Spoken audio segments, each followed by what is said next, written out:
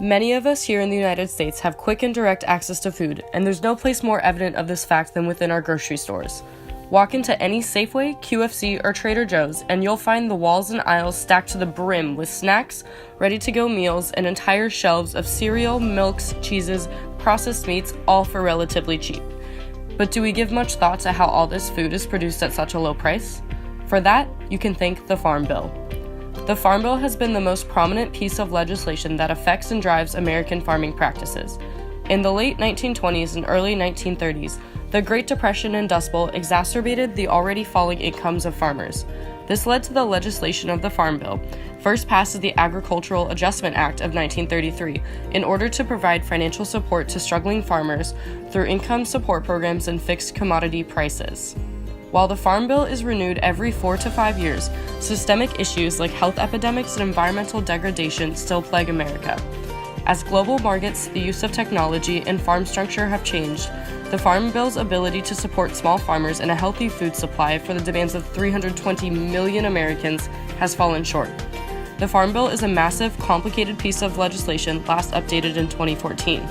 It included a total budget of $489 billion, of which crop insurance was projected to account for 8%, or about $40 billion. The bill is set to expire on September 30th, 2018, before which we will briefly examine subsidized crop insurance and how it encourages high-risk farming practices and environmental degradation on a large scale. Today, direct government income support only reaches 25% of all US farms and is mostly replaced with state-subsidized crop insurance programs.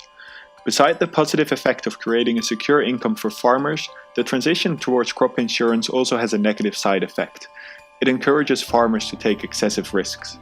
Crop insurance was only introduced to the Farm Bill in 1980, but it did not become popular until the 1990s, when the government significantly raised subsidies to cover in excess of 60% of the insurance rates.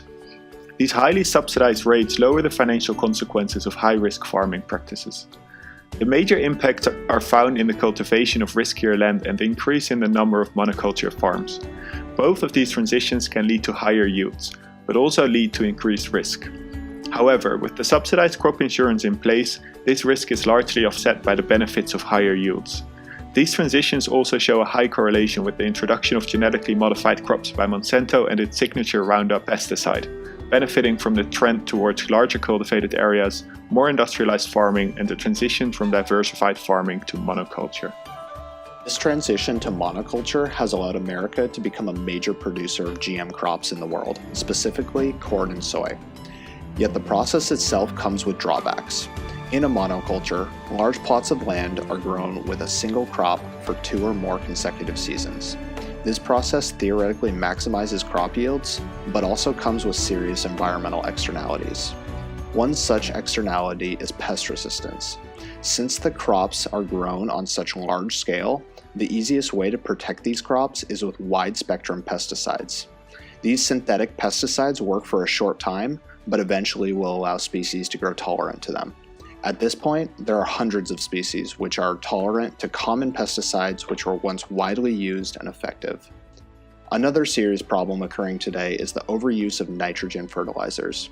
These fertilizers in excess can cause incredible environmental damage, including polluting groundwater, damaging fresh and saltwater ecosystems, and contributing to greenhouse gases.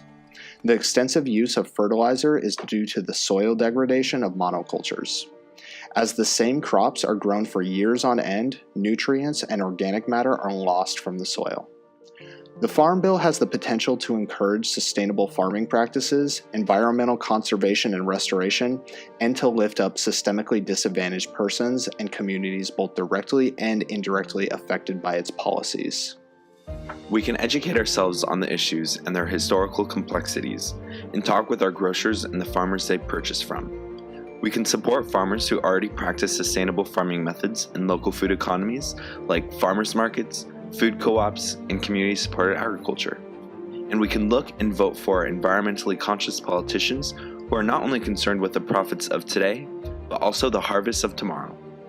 Stronger regulation of nutrient inputs like nitrogen fertilizer and limiting the amount of land eligible for subsidized insurance coverage per crop per farm are the low-hanging fruits for politicians to tackle.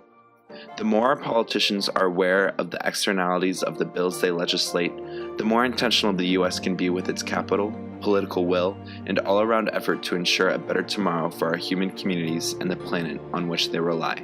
It's a small price to pay to support the farmers in the land that supply our chia seed acai overnight oats and avocado toast.